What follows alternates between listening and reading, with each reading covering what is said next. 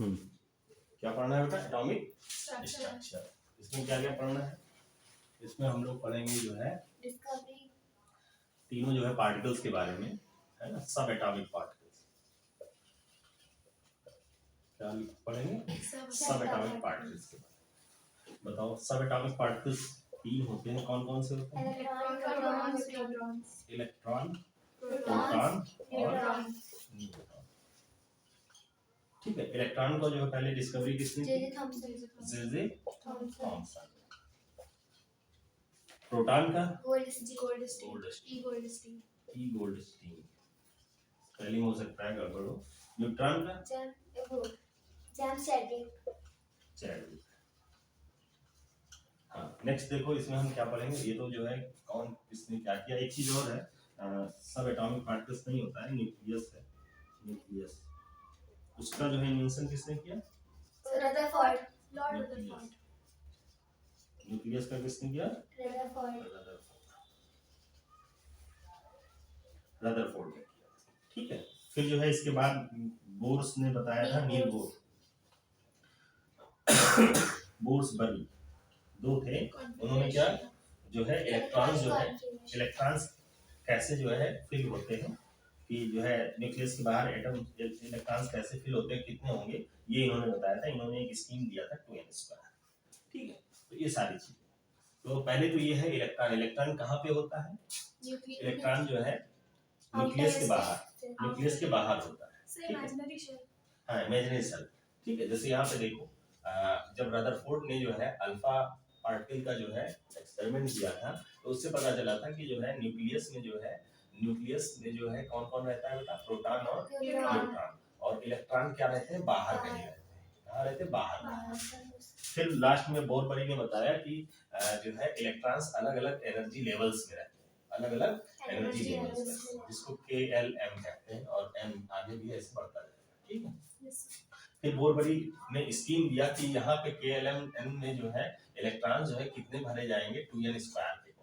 K के लिए n equal to कितना होता है? 1, और n इक्वल टू L के लिए, और M के लिए n इक्वल टू 3, और N के लिए 4। ठीक है, तो ये सारी बातें हैं। तो बेसिक से स्टार्ट करते हैं इलेक्ट्रॉन से। इलेक्ट्रॉन्स की खोज किसने की थी? J Thomson. अब हम देखते हैं कि इलेक्ट्रॉन के जो है, इलेक्ट्रॉन का मास कितना होता है। इलेक्ट्रॉन का बेटा मास कितना होता है, और इलेक्ट्रॉन का मास कितना होता है, और जो है इलेक्ट्रॉन के चार्ज कितना होता है। तो मास की बात करें तो इलेक्ट्रॉन का मास बेटा कितना होता है? 9.1 इंटू 10⁻28 ग्राम। ठीक है, ये मास की बात करते हैं। ठीक है, प्रोटॉन के मास की बात करें तो 1.67 इंटू 10⁻24 ग्राम। न्यूट्रॉन की बात करें तो सेम इतना ही होता है ना बेटा? ठीक है, और चार्ज की अगर बात करें, चार्ज कूलाम में, तो कितना होगा? इलेक्ट्रॉन पे कितना होता है? 1.6 इंटू 10⁻19 कूलाम। कितना होता है? 1.6 इंटू 10⁻19 कूलाम। क्या ये सही है? गलत है, माइनस होता है। ठीक है, प्रोटॉन पे कितना होगा? Plus 1.6 into 10⁻19 coulomb. ठीक है, न्यूट्रॉन पे कितना होता है? न्यूट्रल होता है, मतलब जीरो चार्ज या नील चार्ज, कोई चार्ज। ठीक है, अब ये तो जो हुआ, ये जो हमने वैल्यू लिखा है, ये एक्चुअली एब्सोल्यूट वैल्यू है। Absolute value. ये भी क्या है? एब्सोल्यूट चार्ज है। एब्सोल्यूट चार्ज है, और ये क्या है? एब्सोल्यूट मास। अगर रिलेटिव मास की बात करें तो कितना होता है? रिलेटिव मास की बात करें और रिलेटिव चार्ज, तो यहाँ पे रिलेटिव मास की बात करें तो जो है इलेक्ट्रॉन का मास कितना होता है? 1/1840। कितना होता है? 1/1840 यूनिट में लिखते हैं। ऐसे ही जो है प्रोटॉन और न्यूट्रॉन की बात करें तो इसका कितना होता है? 1 यूनिट, और इसका भी 1 यूनिट। समझ में आ रहा है? और रिलेटिव चार्ज की बात करें तो इसका कितना होता है बेटा? -1 होता है, और इसका होता है +1, और इसका क्या होता है? 0। तो आपको relative mass, relative charge, absolute मास और एब्सोल्यूट चार्ज जो है, इसकी वैल्यू आपको तीनों पार्टिकल्स के बारे में, सब एटॉमिक पार्टिकल्स के बारे में पता होना चाहिए। बेसिक चीज ये किसने खोज किया? है ना। कब किया वो भी आप लिख सकते हैं, बट आप इतना जानिए कि किसने खोज किया। ठीक है, ठीक है। न्यूक्लियस की खोज किसने की थी? रदरफोर्ड। ठीक है, बोरबरी ने क्या दिया था? ये रूल दिया था, है ना। इन्होंने जो है, रदरफोर्ड ने जो है बताया था, जो है उन्होंने अल्फा पार्टिकल्स का जो है बॉम्बार्डमेंट करके गोल्ड फॉइल पे किया था। तब पता चला था कि भाई बीच में कोई है, ऐसा बीच में कुछ है। रदरफोर्ड ने क्या किया था? अल्फा पार्टिकल को जो है क्या किया था? बॉम्बार्ड किया था एक जो है फॉइल पे, है ना, गोल्ड फॉइल पे। तो गोल्ड फॉइल बहुत सारे छोटे छोटे एटम से मिलकर बनता है ना। तो एक बड़े से एटम को उन्होंने देखा जो है इस तरीके से कि बहुत सारे पार्टिकल जब हम इधर फेंक रहे हैं, बॉम्बार्ड कर रहे हैं, तो क्या हुआ, जो है जो बीच में एक न्यूक्लियस है, ये मान लो एक बड़ा सा एटम है ना, बीच में क्या है, ये इस तरीके से जो है भाग जा रहा है ना। बीच में जो जा रहा है वो सीधे वापस चला जा रहा है ना। ये इधर भाग रहा है इधर भाग रहा है, कुछ कुछ जो है पकड़ के सीधे चले जा रहा है ना। तो उन्होंने ये बताया कि इतना बड़ा जो एटम होता है उसका कुछ ज्यादा से ज्यादा जो स्पेस है, ये ज्यादा से ज्यादा जो स्पेस है वो क्या है? वो क्या है बेटा? वो फ्री है। वो क्या है बेटा? फ्री है। और एक छोटा सा स्पेस सेंटर के ऐसा है जो बहुत ही, जिसकी डेंसिटी बहुत ही ज्यादा है, बहुत ही डेंस है। मतलब वहीं पे क्या है, जैसे जैसे हम कहें कि जो है ओवरऑल इंडिया में जो है, जैसे दिल्ली को देखें तो दिल्ली तो इतना ही छोटा है लेकिन बहुत ज्यादा डेंस है, बहुत ज्यादा क्या है? डेंस। वहां पे पर किलोमीटर में जो है बहुत सारे लोग रहते हैं। ठीक है, वही हम यूएसए की बात करें, उधर जाके बात करें, किसी जो है स्टेट की बात करें या किसी कंट्री की बात करें, तो लोग जो है यूनिट एरिया में बहुत कम लोग रहते हैं, तो बहुत डेंस नहीं रहता। तो वैसे यहाँ पे भी देखें तो यहाँ पे प्रोटॉन और न्यूट्रॉन बहुत ज्यादा जो है छोटे से एरिया में रहते हैं। ठीक है, तो इसी को इन्होंने कहा क्या? न्यूक्लियस। और इसके बाहर को क्या कहा? फ्री स्पेस कहा, जिसमें कौन रहता है? इलेक्ट्रॉन। अब इलेक्ट्रॉन कैसे रहते हैं, है ना, किस तरह से जो है चक्कर लगाते हैं, है ना, बाहर रहते हैं और चक्कर वक्कर लगाते हैं, यही इन्होंने बताया। लेकिन किस तरह से रहते हैं, है ना, कैसे रहते हैं, किस तरह से चक्कर लगाते हैं, वो कौन बताया? 2n² के अकॉर्डिंग इन्होंने बताया कि जो है जो इलेक्ट्रॉन है वो न्यूक्लियस के चारों तरफ जो है सेल्स होते हैं। क्या होते हैं? Energy levels. इन्हीं को क्या कहा? सेल का। ये एक एनर्जी लेवल है, एक इसको कहेंगे, एक इसको। ऐसे एनर्जी लेवल क्या होते हैं? बढ़ते जाते हैं। इसी एनर्जी लेवल में क्या होता है? इलेक्ट्रॉन्स ऐसे जो है चक्कर लगाता रहता है, ऐसे ऐसे चक्कर लगाता है, समझ में ना, जो है रोटेट करता रहता है। अब हमें ये पता है कि कौन सा जो है किसमें कितना इलेक्ट्रॉन होगा किस सेल में, ये कौन बताएगा? बोरबरी ने बताया। किसके अकॉर्डिंग? 2n²। समझ गया ना, 2n² के अकॉर्डिंग। तो ये तो आपका सब एटॉमिक पार्टिकल्स हुआ। अब नेक्स्ट जो है इसमें हम लोग क्या देखेंगे, इसमें कुछ जो है क्वेश्चंस हैं, जैसे कि जो है name the 3 particles present in an atom. कौन कौन से पार्टिकल हैं? ठीक है। What is the nature of the charge on cathode ray? हाँ, इसको जो है एक चीज मैं बताना भूल गया। यहाँ पे जो है जब जे थॉमसन ने जो है इसका जो है इन्वेंशन किया था, तो इन्होंने कैथोड जो है एक ट्यूब में जो है कुछ एक्सपेरिमेंट किए थे। तो ये जो इलेक्ट्रॉन की बीम मिली थी उसको वो कहाँ पे मिली थी? कैथोड। तो इलेक्ट्रॉन कैथोड रे भी कहते हैं इसको, है ना, कैथोड रे। और इसको हम क्या कहते हैं? इसको हम कहते हैं एनोड रे। इसको क्या कहते हैं? एनोड रे। ठीक है, तो ये भी आपको ध्यान रखना है। ठीक है, तो एनोड रे का नेचर कैसा होता है? पॉजिटिव। क्यों? क्योंकि प्रोटॉन होता है। कैथोड रे का नेचर कैसा होता है? नेगेटिव होता है। Next, name the fundamental particle of the atom. Fundamental particle कौन सा होता है? प्रोटॉन और न्यूट्रॉन। प्रोटॉन और न्यूट्रॉन को ही केवल क्या कहेंगे? प्रोटॉन और न्यूट्रॉन को ही केवल फंडामेंटल पार्टिकल कहेंगे। इन तीनों को नहीं, तीनों को तो सब एटॉमिक पार्टिकल कहेंगे, इन दोनों को क्या कहेंगे? Fundamental particle. समझ में आया? Of atom. नेक्स्ट है what is the charge of electron. Charge electron पे चार्ज कैसा होता है? पॉजिटिव होता है। नेगेटिव चार्ज होता है, तो दिख नहीं रहा।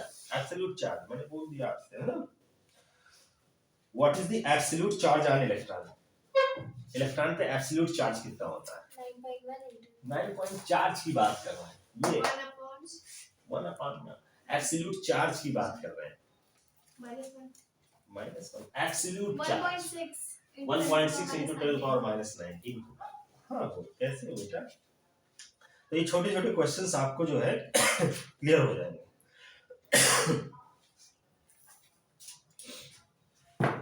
ठीक है, मैंने आपको रदरफोर्ड का मॉडल भी जो है लगे लगे बता दिया।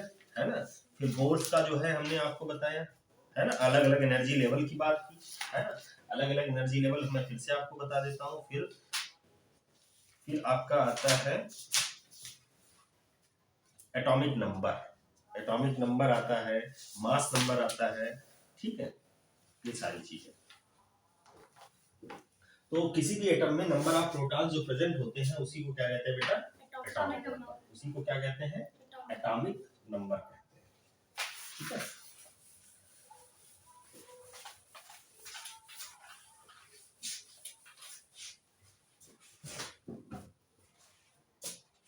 नेक्स्ट है आपका एटॉमिक नंबर,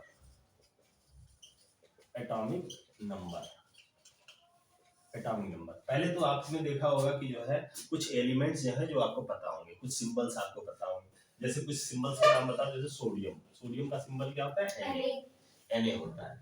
Na जो है आपका सोडियम का सिंबल होता है, इसका जो है आपने सुना होगा, इसका जो है लैटिन में नेम क्या होता है, नाइट्रियम होता है, गुड, ठीक है। अच्छा, इसका जो है इसमें कितने जो है नंबर ऑफ एटॉमिक नंबर इसका कितना होता है, ये आपको 11 होता है। 11 क्या होता है, एटॉमिक नंबर, एटॉमिक नंबर कितना होता है बेटा, 11। और एटॉमिक मास कितना होता है, एटॉमिक मास होता है 23। हाँ। तो एटॉमिक नंबर को एक्चुअली जो है हम किससे लिखते हैं, जेड से लिखते हैं, और एटॉमिक मास को हम किससे लिखते हैं, ए से लिखते हैं। तो एक्चुअली जो है यहाँ पे जो है जब हम सिंबल लिखते हैं तो क्या हमें जेड, यहाँ पे जेड और यहाँ पे ए लिखा जाता है, मतलब जेड क्या है, एटॉमिक नंबर, एटॉमिक नंबर क्या है 11 और एटॉमिक मास क्या है 23। इस तरीके से हम रिप्रेजेंट करते हैं। तो जब रिप्रेजेंट करेंगे या कहीं कहीं किसी बुक में 23 यहाँ ना लिख के यहाँ पे लिखा होगा, ठीक है, ऐसा भी हो सकता है, क्लियर। तो यहाँ पे इसका मतलब क्या है कि एटॉमिक नंबर सोडियम का कितना है 11 और जो है मास नंबर कितना है 23, ठीक है, मास नंबर कितना है 23, ठीक है। और एटॉमिक जो नंबर होता है वही क्या होता है, नंबर ऑफ एटॉमिक नंबर जो होता है वही बराबर होता है number of protons, number of protons. और अगर एटम न्यूट्रल है तो यही बराबर क्या होता है, number of electrons, number of electron. लेकिन कब, जब न्यूट्रल है, जैसे Na की बात कर ले हम तो क्या होगा, इसमें नंबर ऑफ प्रोटॉन्स और नंबर ऑफ इलेक्ट्रॉन्स और नंबर ऑफ और एटॉमिक नंबर तीनों सेम होंगे, कितना होंगे 11 11 11, ये क्या होंगे, इलेक्ट्रॉन्स, प्रोटॉन्स और एटॉमिक नंबर Z। और प्रोटॉन्स की बात करें तो वो कितने होंगे, 23 माइनस 11 कितना होगा, 12। लेकिन अगर हम Na प्लस की बात करेंगे तो चेंज हो जाएगी, Na प्लस के केस में क्या होगा, इलेक्ट्रॉन चेंज हो जाएगा, प्रोटॉन तो उतना ही हो रहेगा, एटॉमिक नंबर सेम रहेगा, ठीक है, नंबर ऑफ प्रोटॉन्स भी उतने होंगे और जो है आपका जो है एटॉमिक जो नंबर है वो भी सेम रहेगा। लेकिन इलेक्ट्रॉन्स जो है क्या होगा, एक क्या हो जाएगा बेटा, दे दिया है ना, तो क्या होगा, कम हो जाएगा, तो 11 की जगह क्या हो जाएगा, 10 हो जाएगा। यही माइनस होता तो क्या हो जाता, प्लस हो जाता, जैसे Cl माइनस के केस में, Cl माइनस के केस में क्या होगा, Cl का जो है इलेक्ट्रॉन्स कितने होते हैं, 17 होते हैं, Cl और Cl माइनस, देखो ध्यान से, Cl और Cl माइनस इसका 17 होगा, प्रोटॉन्स भी 17 होगा, एटॉमिक नंबर भी 17 होगा, और प्रोटॉन्स कितने होंगे बेटा, कितना होगा 35 15 होता है, राइट। लेकिन Cl माइनस के केस में क्या हो जाएगा, इलेक्ट्रॉन्स एक बढ़ जाएगा और बाकी सारी चीजें लगभग सेम रहेंगी। समझ में आ रहा है कि क्लियर हो रहा है कुछ? तो सिंबल से हम क्या लिखते हैं, इसको हम कहते हैं एटॉमिक नंबर और इसको क्या कहते हैं बेटा, मास नंबर। मास नंबर को ही जो है, मास नंबर को ही जो है एटॉमिक मास भी कहते हैं, एटॉमिक मास, और इसी को टोटल एटॉमिक वेट भी कहते हैं, अगर ग्राम में लिख दिया तो। समझ में आ रहा है? और ये होता क्या है, ये जो है जो एटॉमिक मास नंबर होता है वो होता है atomic number plus number of protons plus number of protons. समझ में आ रहा है? तो हम जो है, हम अगर प्रोटॉन हमें पता करना हो तो क्या होगा, एटॉमिक मास से एटॉमिक नंबर को क्या कर लेंगे, माइनस कर लेंगे, वही हम यहाँ पे करते हैं। ये माइनस जेड करते हैं तो क्या होता है, नंबर ऑफ प्रोटॉन्स हमें मिल जाता है, नंबर ऑफ प्रोटॉन्स मिल जाता है। अब कुछ चीजें हैं जिसका जो है मैं आपको बता देता हूँ। क्या हुआ, तो एटॉमिक नंबर और एटॉमिक मास, ये आपको आई थिंक क्लियर हो गया। समझ में है? कुछ चीजें मैं लिख देता हूँ, जैसे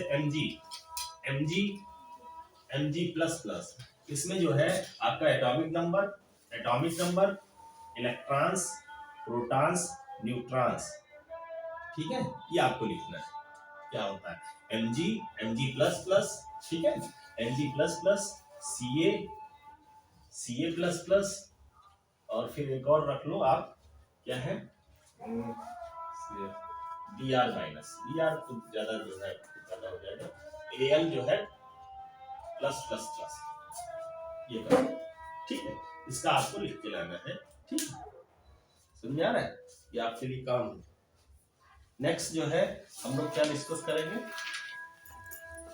नेक्स्ट जो है डिस्कस करेंगे एटॉमिक नंबर हो गया, बहुत बड़ी स्कीम भी मैंने आपको बता दिया, एक बार मैं फिर से बता देता हूँ।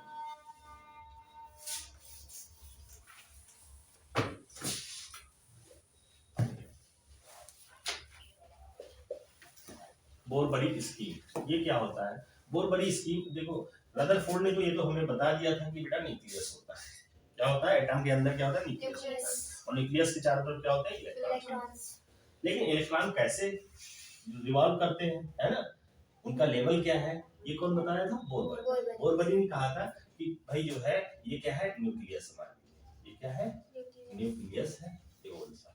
अब इसके ऊपर क्या है, इसके ऊपर अलग अलग क्या होते हैं एनर्जी लेवल्स होते हैं, डिपेंड करता है एटम पे,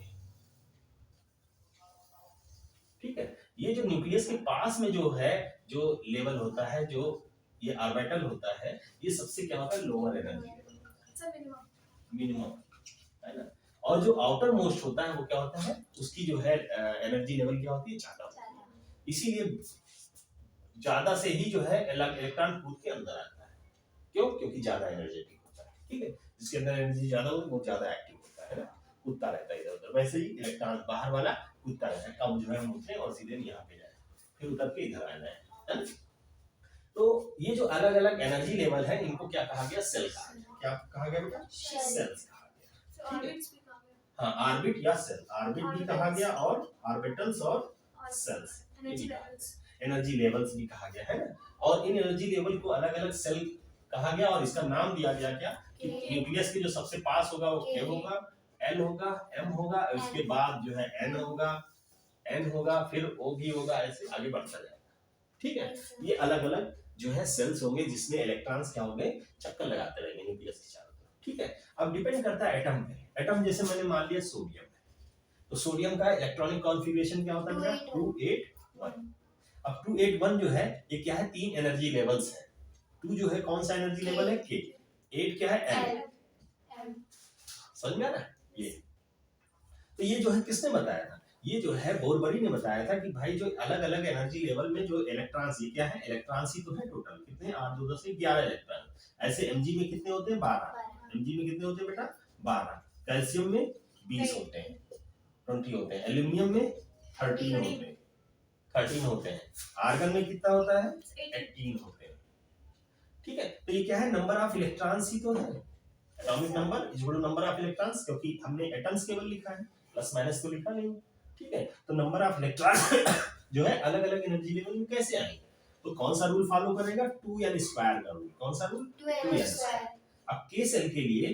2n स्क्वायर जो है k सेल के लिए क्या हो जाता है 2n स्क्वायर की वैल्यू, 2n स्क्वायर की वैल्यू k सेल के लिए क्या हो जाता है बेटा, k के लिए क्या हो जाता है 1, n की वैल्यू क्या होती है 1, l सेल के लिए n 2, और m सेल के लिए क्या हो जाता है 3, और n सेल के लिए 4, ऐसे आगे भी बढ़ता है, समझ आ रहा है। अब यहाँ पे 2n स्क्वायर जब रखेंगे तो क्या हो जाएगा 2 into 1 square, 2 into 2 square, 2 into 3 square, 2 into 4 square, ये बराबर कितना हो जाएगा 2, ये जो हो जाएगा 8, 2 2 जा 4 2 जा 8, 3 3 जा 9 2 जा 18, और 4 4 जा 16 हो जा, समझ आ रहा है, ये इन्होंने बताया, मतलब मैक्सिमम इलेक्ट्रॉन्स के सेल में कितने हो सकते हैं 2, 2 से ज्यादा नहीं हो सकते, एल सेल में मैक्सिमम कितना हो सकते हैं 8, तो 2 2 4 2 6 और 2 8, एन सेल में 18 और एन सेल में 30, समझ में आ रहा है। इन्होंने और भी चीज बताया बोरबरी ने कि जो है अगर जो है सबसे आउटर मोस्ट सेल है किसी एलिमेंट का तो मैक्सिमम 8 इलेक्ट्रॉन से ज्यादा नहीं रह सकते, उसको कहा उन्होंने ऑक्टेट रूल, उन्होंने उसको क्या कहा ऑक्टेट रूल, क्या कहा ऑक्टेट रूल, ठीक है, क्या कहा बेटा ऑक्टेट रूल। इन्होंने तीसरी बात ये भी बताई कि अगर किसी रूल बस किसी जो है एलिमेंट का, किसी एटम का जो है आउटर मोस्ट सेल ही जो है के सेल होता है, तो उसमें तो 8 हो नहीं सकते। तो क्या होगा, उसको कहा कि उसमें मैक्सिमम 2 इलेक्ट्रॉन रह सकते हैं। तो इसको इन्होंने क्या कहा, डुप्लेट रूल। क्या कहा इन्होंने, डुप्लेट। क्या कहा बेटा, डुप्लेट। तो डुप्लेट रूल क्या कहता है, अगर किसी कारण जैसे हाइड्रोजन, जैसे हीलियम या हाइड्रोजन, हाइड्रोजन के तो जो है एक ही इलेक्ट्रॉन होता है, होता है कि नहीं होता है। अब एक ही है तो क्या होगा, के सेल में ही जाएगा, यहीं पे एक रहेगा कि नहीं रहेगा, ठीक है। लेकिन मैक्सिमम कितना होगा, 2। जैसे हीलियम की बात करें तो कितना होता है, 2 इसका, तो 2 इलेक्ट्रॉन यहाँ पे रह जाएगा। लेकिन इन्होंने पहले क्या कहा था ऑक्टेट रूल में कि आउटर मोस्ट सेल में 8 से 8 होने चाहिए, है ना। लेकिन क्या है, यहाँ क्या है, 2 ही हो गया। तो अगर इन केस किसी के पास है ही नहीं उतना, तो उसको उतने अगर 2 ही इलेक्ट्रॉन है तो भी माना जाएगा कि इसका जो है डुप्लेट रूल के अकॉर्डिंग कि उसका आउटर मोस्ट सेल फिल है। और जिसका जो है आउटर मोस्ट सेल फिल होता है उसी को क्या कहते हैं, स्टेबल इलेक्ट्रॉनिक कॉन्फ़िगरेशन। उसी को हम लोग स्टेबल इलेक्ट्रॉनिक कॉन्फ़िगरेशन, या ऐसे एटम को क्या कहेंगे, इनर्ट एलिमेंट कहेंगे। जैसे हमारे पास एक्टीन ग्रुप में जो है कौन से बहुत सारे जो है एटम्स हैं, कौन कौन से नाम बताओ। इनर्ट, पहला helium, neon, argon, krypton, xenon, radon, ये सारे क्या है, इनर्ट। क्यों, क्योंकि इनके आउटर मोस्ट कंप्लीटली फिल्ड है अकॉर्डिंग टू द बोरबरीज की समझ में ना, ऑक्टेट रूल फॉलो करते हैं और इनका पूरा जो है क्लियर है। इसलिए जो है इनके पास एक्स्ट्रा इलेक्ट्रॉन होता ही नहीं है, ठीक है। इनके ऑक्टेट पूरे भरे रहते हैं, सारे सेल्स भरे, इसलिए इनको जो है किसी से रिएक्शंस करने की जरूरत भी नहीं पड़ती है, इसीलिए इनको कहते हैं इनर्ट, और इसीलिए फ्री स्टेट में अवेलेबल मिलते हैं, कंबाइंड स्टेट में नहीं। बाकी सब क्या है, आयरन वगैरह है, सोडियम है, ये सब क्या है, कंबाइंड रूप में मिलते हैं, तो उसको हम अलग करते हैं, अलग अलग प्रोसेस होते हैं उसके, समझ में आ रहा है। तो ये आपका हो गया एटॉमिक स्ट्रक्चर का सेकंड टॉपिक, क्या बहुत बड़ी इसको इसमें आपको यही याद रखना है कि के सेल में मैक्सिमम कितने इलेक्ट्रॉन हो सकते हैं, 2, एल में कितने, 8, एम कितने, 18, और एन में 32 इलेक्ट्रॉन मैक्सिमम हो सकते हैं। डुप्लेट रूल क्या कहता है, 2 इलेक्ट्रॉन आउटर मोस्ट सेल में रह सकते हैं। ऐसे कौन से 2 एलिमेंट है, ऐसे हाइड्रोजन है, हीलियम है, लिथियम है ना। लिथियम में क्या है, 3 होता है, तो 2 होता है, और तीसरे में जो है एल सेल में क्या होता है, 1 इलेक्ट्रॉन हो जाता है ना। तो क्या होगा, लिथियम भी बहुत एक्टिव रहता है, तुरंत जो है रिएक्शन करेगा। क्यों, क्योंकि चाहेगा एक इलेक्ट्रॉन निकल जाए तो हम डुप्लेट रूल के अकॉर्डिंग क्या हो जाएंगे, और हमारा रूल के अकॉर्डिंग हम कंप्लीट फील्ड हो जाएंगे, राइट। तो वो भी चाहेगा, समझ में आ रहा है क्यों रिएक्शन होता है, इसका भी तुम्हें जो है आंसर मिल रहा होगा धीरे धीरे, रिएक्शन क्यों होता है, समझ में आ रहा है, ठीक है। नीडी आदमी होता है, उसी वही रिएक्शन करता है, ठीक है। नीड एलिमेंट्स की अपनी नीड होती है एनर्जी को जो है स्टेबल करने की, इसीलिए जो है ये सब काम चलता रहता है, समझ में आ रहा है। तो ये हुआ ऑक्टेट रूल। अब जो है हम लोग क्या पढ़ेंगे, अब आपको जो है कुछ इलेक्ट्रॉनिक कॉन्फ़िगरेशन वगैरह आपको लिखना होगा, तो आप लिख लीजिएगा 1 से 20 तक। नेक्स्ट आते हैं बेटा वैलेंस इलेक्ट्रॉन, नेक्स्ट है वैलेंस इलेक्ट्रॉन या वैलेंसर, समझ में आ रहा है कि नहीं, रिवीजन हो रहा होता है।